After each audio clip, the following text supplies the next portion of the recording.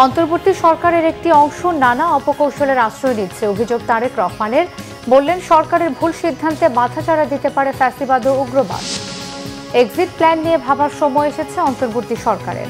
মন্তব্য দেবপ্রিয় ভট্টাচার্যের। নির্বাচন ফেব্রুয়ারির পর নেওয়া উচিত হবে না বলছেন বিশিষ্টজনরা। জুলাই সনদের ব্যাপারে ছাড় নয় জানিয়ে দিল এনসিপি। সনদ কার্যকরের উপযুক্ত স্থান সংসদ মনে করে বিএনপি। দলগুলোকে সনদের গ্রহণযোগ্য খসড়া দেওয়া হবে বৃহস্পতিবার। জুলাই আন্দোলনে 31 জুলাই আওয়ামী লীগের ক্ষমতার সৌধে ফাটল। দলীয় কার্যালয়ে তোপের মুখে ওবায়দুল কাদের। রিমেম্বারিং হিরোজ কর্মসূচি পালন শিক্ষার্থীদের। দেখছিলেন ক্রাউন সিমেন্ট সংবাদ শিরোনাম। বিএনপির ভারপ্রাপ্ত চেয়ারম্যান তারেক রহমান বলেছেন, অন্তর্বর্তীকালীন সরকারের একটি অংশ নানা অপকৌশলের আশ্রয় নিচ্ছে। তিনি বলেন, সরকারের যে কোনো ভুল সিদ্ধান্তে মাথাচাড়া দিতে পারে উগ্রবাদ ও ফ্যাসিবাদ।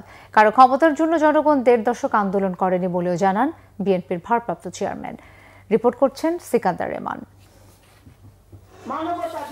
2024 সালের জুলাই আগস্ট গণ অভ্যুত্থানের 1 বছর স্মরণে ঢাকা জেলা বিএনপি আয়োজিত নারকীয় জুলাই প্রতিবাদ সভা হয় সাভারের আশুলিয়ায়।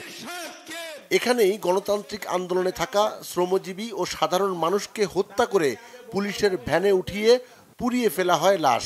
সেই বীভৎস দৃশ্য মঞ্চায়ন হলে আবেগে আপ্লুত হয়ে পড়েন শহীদ পরিবারের সদস্যরা।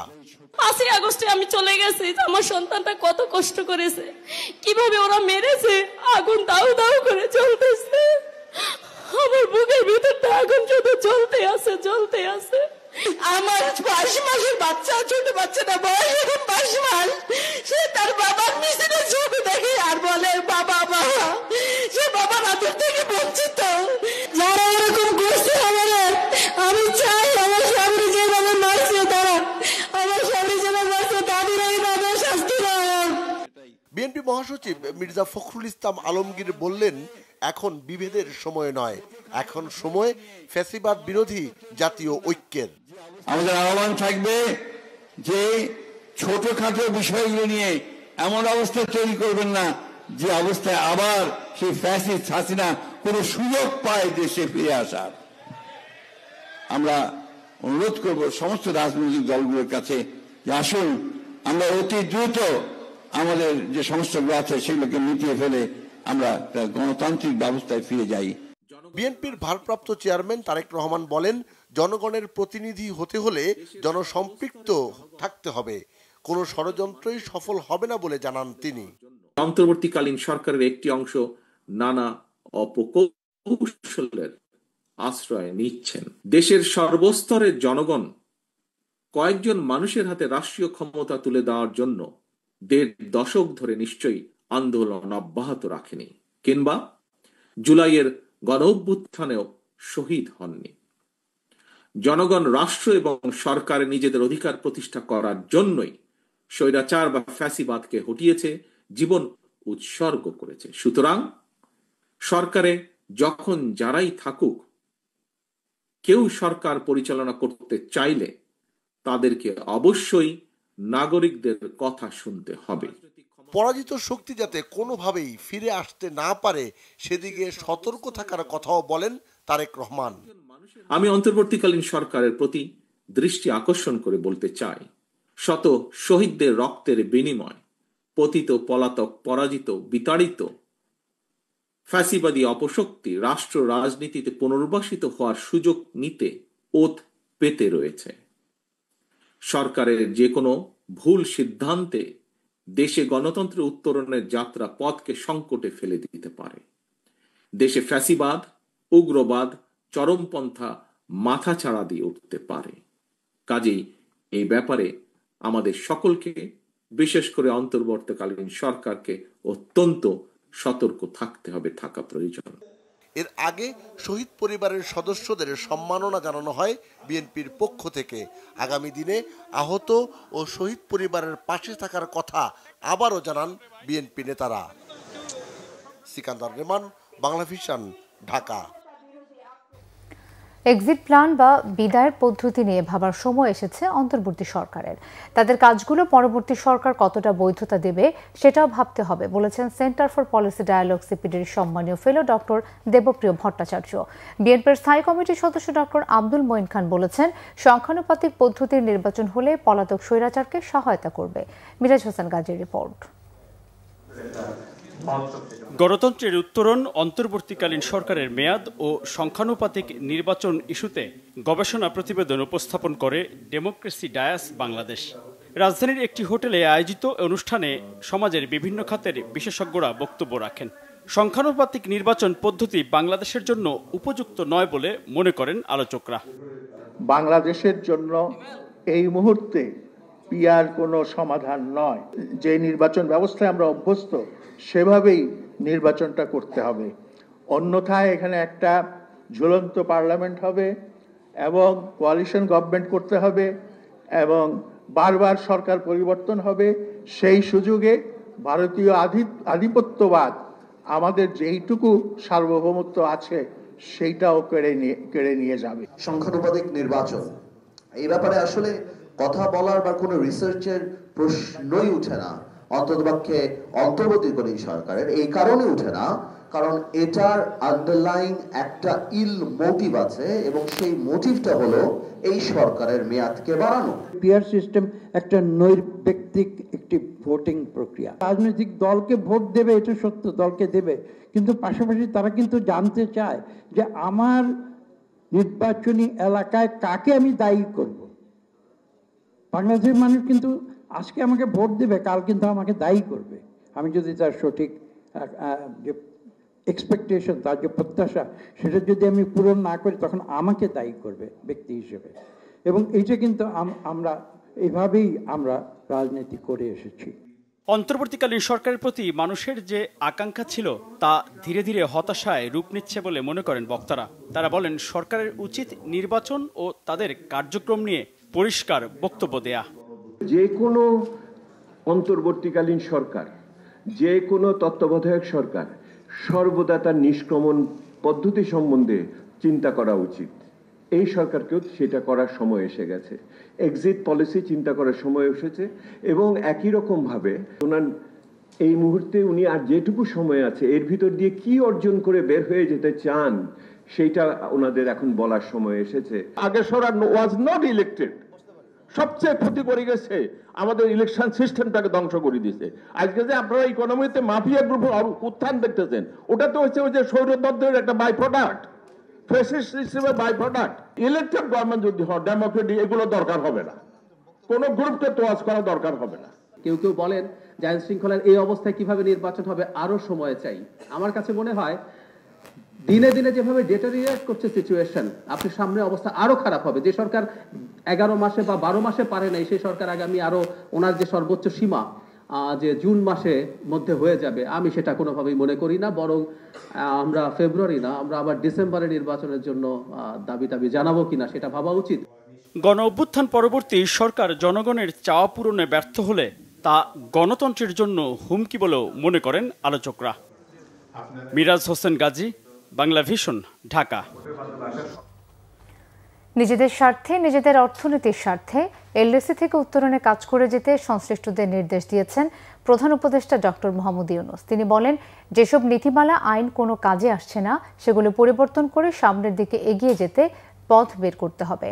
রাজধানীর তেজগাঁয়ে প্রধান উপদেষ্টার সভাপতিত্বে এলডিসি থেকে উত্তরণ নিয়ে বৈঠকে 16টি সিদ্ধান্তের অগ্রগতি নিয়ে আলোচনা হয়। এর মধ্যে এনবিআর এর 4টি, শিল্প মন্ত্রণালয়ের 3টি, অর্থনৈতিক সম্পর্ক বিভাগের 2টি, বাণিজ্য মন্ত্রণালয়ের 3টি ও প্রধান উপদেষ্টার কার্যালয়ের 4টি সিদ্ধান্ত বাস্তবায়নে কাজ করছে। এনবিআর ন্যাশনাল সিঙ্গেল উইন্ডোর পূর্ণ বাস্তবায়নে 19টি সংস্থাকে যুক্ত করা হয়েছে। পাশাপাশি ট্যারিফ পলিসি 2023-এর বাস্তবায়ন, কর্মপরিকল্পনা প্রণয়ন ও বাস্তবায়ন অগ্রগতি সম্পর্কে প্রধান উপদেষ্টাকে অবহিত করেন এনবিআর চেয়ারম্যান।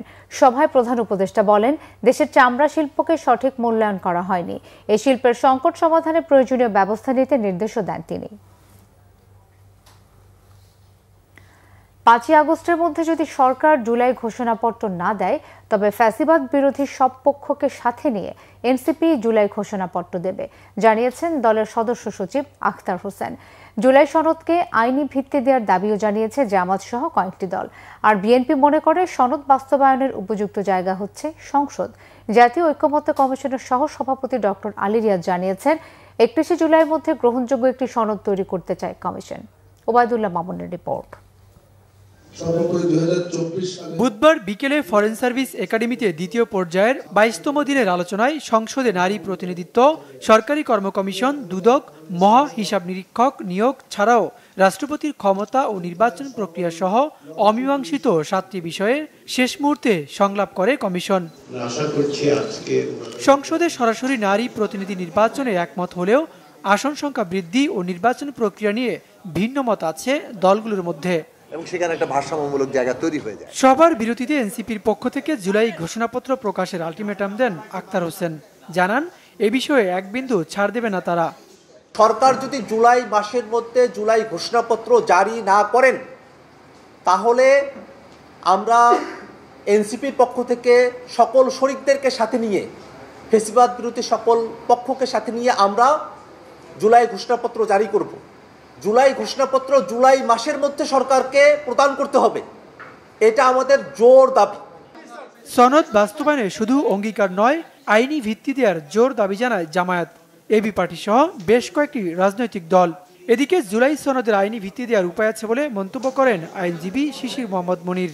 বলেন, জনগণের অভিপ্রায় হচ্ছে সর্বোচ্চ আইন। জনগণের ইচ্ছার অভিপ্রায় যখন 5ই আগস্ট ঘটেছে, এর মাধ্যমেই আগের সরকারের পরিবর্তন হয়েছে। কোনো 106 অনুচ্ছেদের আলোকে আগের সরকার পরিবর্তন হয় নাই। সুপ্রিম কোর্টের কোনো অপিনিয়নের ভিত্তিতে সরকার পরিবর্তন হয় নাই। সরকার পরিবর্তন হয়েছে অভিপ্রায়ের ভিত্তিতে। এই অভিপ্রায়টাই হলো সুপ্রিম ল। অ্যাগ্রিড রিফর্ম যেগুলো হয়েছে পলিসি, এগুলোকে আইনি ভিত্তি দিতে হবে। কেউ কেউ বলছেন যে এটা এখন দরকার নয়, আগামী পার্লামেন্টে যারা জিতবে তারা গিয়ে এটা করবে। এটা একেবারে একটা অবাস্তব এবং অসামঞ্জস্য বক্তব্য, কারণ আপনি আগামী পার্লামেন্টে যাবেন, তাহলে এই পার্লামেন্ট ইলেকশন কীভাবে হবে? জাতীয় সনদ জনগণের সঙ্গে এক ধরনের চুক্তি উল্লেখ করে বিএনপি বলছে এটি বাস্তবায়নের একমাত্র জায়গা হচ্ছে জাতীয় সংসদ। জাতির যে প্রত্যাশা, শহীদের যে অঙ্গীকার, রাজনৈতিক দলসমূহের যে অঙ্গীকার এবং এই যে গণমানুষের যে অভিপ্রায়, এগুলোকে আমার মনে হয় মূল্যায়ন না করে কোনো রাজনৈতিক দল ভবিষ্যতে রাজনীতি করবে, সেটা একটা আমার মনে হয় যে একটা অলীক চিন্তা ভাবনা। সূচনা বক্তব্যে বৃহস্পতিবার মধ্যে সবার কাছে গ্রহণযোগ্য সনদ তৈরি করার প্রত্যাশা কমিশনের। সকল দলই এই ব্যাপারে ঐকমত্য পৌঁছেছিলেন যে নাগরিকের মৌলিক অধিকারগুলো সম্প্রসারিত করতে হবে। ওবায়দুল্লাহ মামুন, বাংলা ভিশন, ঢাকা। জাতীয় নাগরিক পার্টির আহ্বায়ক নাহিদ ইসলাম বলেছেন, বৈষম্যহীন বাংলাদেশ গড়তে 1 বছর পর আবারও মাঠে নেমেছেন তারা। বলেন, সংগঠিত হয়ে আবারও জনগণের দাবি আদায় করা হবে। বিকেলে নরসিংদী পৌরসভার সামনে জাতীয় নাগরিক পার্টি এনসিপি আয়োজিত দেশ গড়তে জুলাই পদযাত্রায় একথা বলেন তিনি। এ সময় অভিযোগ করেন, 1 বছরে নানা ষড়যন্ত্র হয়েছে, দলকে বাধাগ্রস্ত করা হয়েছে, সংস্কার কাজও এগিয়ে নিতে দেয়া হয়নি। এ সময় তার সাথে ছিলেন দলের উত্তরাঞ্চলের মুখ্য সংগঠক সার্জিস আলম। বক্তব্য রাখেন মুখ্য সমন্বয়ক নাসির উদ্দিন পাটোয়ারি, সিনিয়র যুগ্ম আহ্বায়ক সামান্তা শারমিন, সিনিয়র যুগ্ম সদস্য সচিব ডাক্তার তাসনিম জারা ও সংগঠক অ্যাডভোকেট শিরিন আক্তার শেলি সহ কেন্দ্রীয় ও স্থানীয় নেতারা। আমরা দেখেছি 1 বছরে নানা ষড়যন্ত্র হয়েছে, নানাভাবে বাধাগ্রস্ত করা হয়েছে, সংস্কার কার্যক্রমকে এগিয়ে নিয়ে যেতে দেওয়া হয়নি, নতুন সংবিধানকে প্রতিষ্ঠা করতে দেওয়া হয়নি, ফ্যাসিস্টের রাষ্ট্রপতি চুপ্পুকে অপসারণ করতে দেওয়া হয়নি, আমাদের ঘোষণাপত্র দেওয়া হয় না। আমরা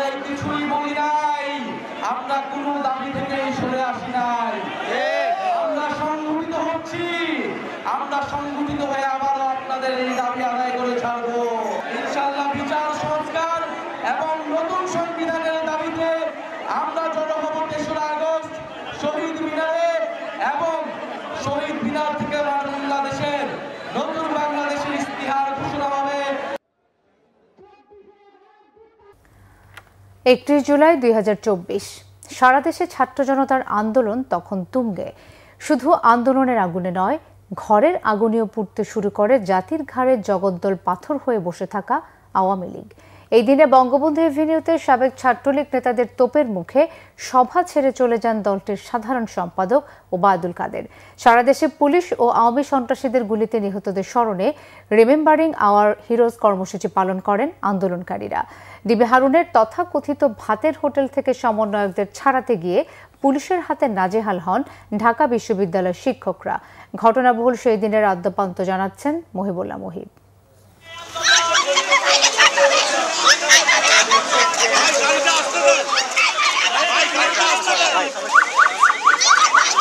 তখনও স্বৈরাচার আওয়ামী সরকারের নেতাকর্মীরা ঘুণাক্ষরেও টের পাননি যে তাদের পতন কতটা ঘনিয়ে এসেছে। দিনটি ছিল 31 জুলাই। ছাত্র জনতার আন্দোলন দমানোর সকল কূটকৌশলই ভেস্তে যাচ্ছিল ফ্যাসিস্ট হাসিনা সরকারের। আইনশৃঙ্খলা বাহিনীর কয়েকদিনের লাগামহীন নির্বিচার অভিযান, গণগ্রেফতার, হত্যা আর নির্যাতনে ক্ষোভের আগুনে জ্বলছিল বাংলাদেশ। জনতার মিছিলে আগ্নেয়াস্ত্র ব্যবহার করেও এই আন্দোলন সামাল দিতে দিশেহারা আওয়ামী লীগের নেতাকর্মীরা। হ্যাঁ, শিবির ওদের কথাবার্তা আমি বুঝেছিল, শিবির ওদের পাকিস্তানি মনোভাব, এই কারণে বললাম। সারা দেশে পুলিশ ও আওয়ামী সন্ত্রাসীদের গুলিতে নিহতদের স্মরণে রিমেম্বারিং আওয়ার হিরোজ কর্মসূচি পালন করেন আন্দোলনকারীরা। পূর্ব ঘোষিত 9 দফার পক্ষে জনমত গঠন করতে থাকে তারা। ঘরে বাইরে তুষের আগুনে পুড়তে থাকে আওয়ামী লীগ। এই দিনেই বঙ্গবন্ধু এভিনিউতে আওয়ামী লীগের কেন্দ্রীয় কার্যালয়ে সাবেক ছাত্রলীগ নেতাদের তোপের মুখে পড়ে নাজেহাল হন দলটির সাধারণ সম্পাদক ওবায়দুল কাদের। এমন ঘটনা ছিল আওয়ামী লীগের ইতিহাসে নজিরবিহীন।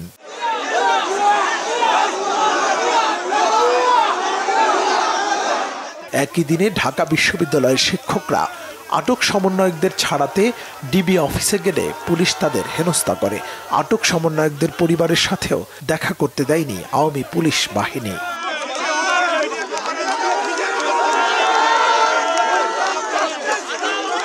আমরা জাস্টিস চাই।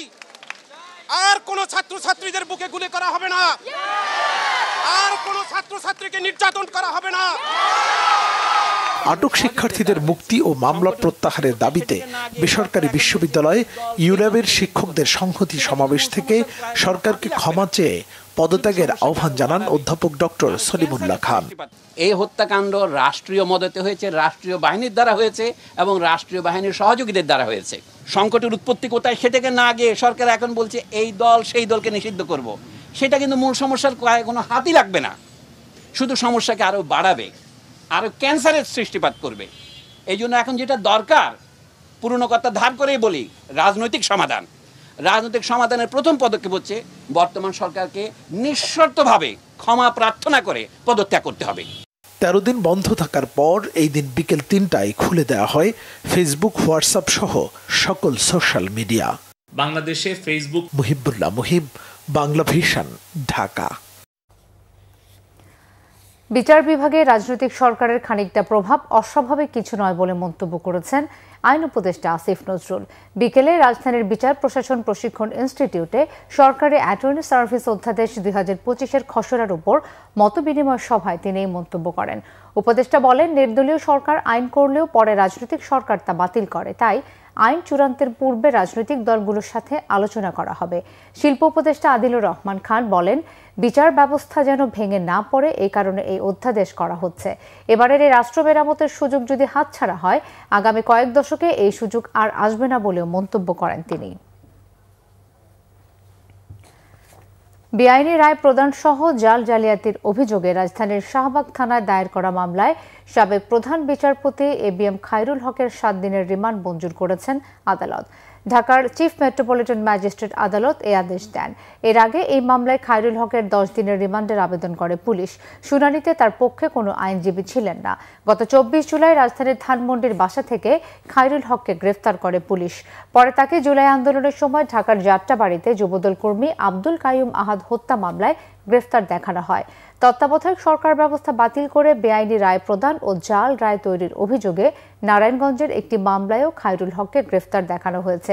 দেশের ১৯তম প্রধান বিচারপতি হিসেবে ২০১০ সালের ২৭ সেপ্টেম্বর নিয়োগ পান খায়রুল হক। একই বছরের ৩০ সেপ্টেম্বর থেকে তার নিয়োগ কার্যকর হয়। পরের বছরের ১৭ মে তিনি অবসরে যান। পুঁজিবাজারে অনিয়ম এবং সুকুক বন্ড ইস্যুর মাধ্যমে প্রতারণার দায়ে বেক্সিমকো গ্রুপের ভাইস চেয়ারম্যান ও ক্ষমতাচ্যুত প্রধানমন্ত্রী শেখ হাসিনার শিল্প উপদেষ্টা সালমান এফ রহমানকে ১০০ কোটি টাকার জরিমানা করেছে নিয়ন্ত্রক সংস্থা বিএসএসি। একই সাথে আজীবনের জন্য তাকে পুঁজিবাজারে অবাঞ্ছিত ঘোষণা করা হয়েছে।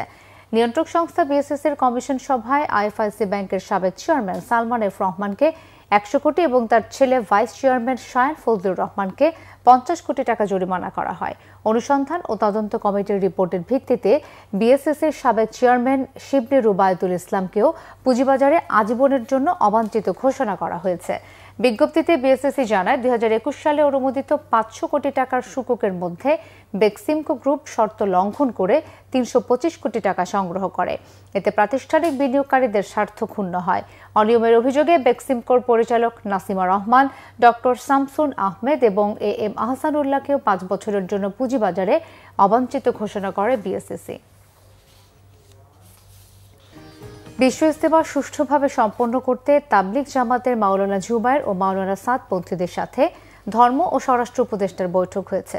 সমস্যা চিহ্নিত করে সমাধানের জন্য ৭ সদস্যের কমিটি গঠন করা হয়েছে বলে জানিয়েছেন ধর্ম উপদেষ্টা আফম খালিদ হোসেন।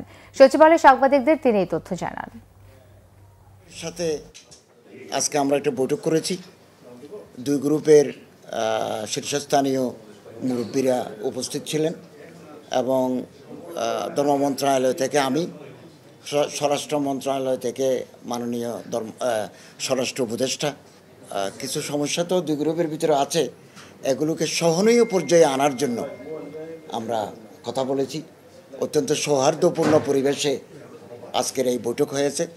আমরা আগামী দিনে আরও তাদের সাথে বৈঠক করব, একটু কাছাকাছি নিয়ে আসা। এবং আপনারা জানেন গত বছর একটা হত্যাকাণ্ড সংঘটিত হয়েছে, এরকম পরিস্থিতি যাতে আগামী দিনে না হয়। কোনো দরপত্র আহ্বান ছাড়াই চট্টগ্রাম বন্দরের নিউ মোরিং টার্মিনাল বিদেশিদের কাছে হস্তান্তর প্রক্রিয়া কেন অবৈধ নয় জানতে চেয়ে রুল জারি করেছে হাইকোর্ট। বাংলাদেশ যুব অর্থনীতিবিদ ফোরামের পক্ষে করা একটি রিট আবেদনের পরিপ্রেক্ষিতে বুধবার বিচারপতি হাবিবুল গনি ও বিচারপতি শেখ তাহসিন আলীর সমন্বয়ে গঠিত হাইকোর্ট বেঞ্চ এই রুল জারি করেন।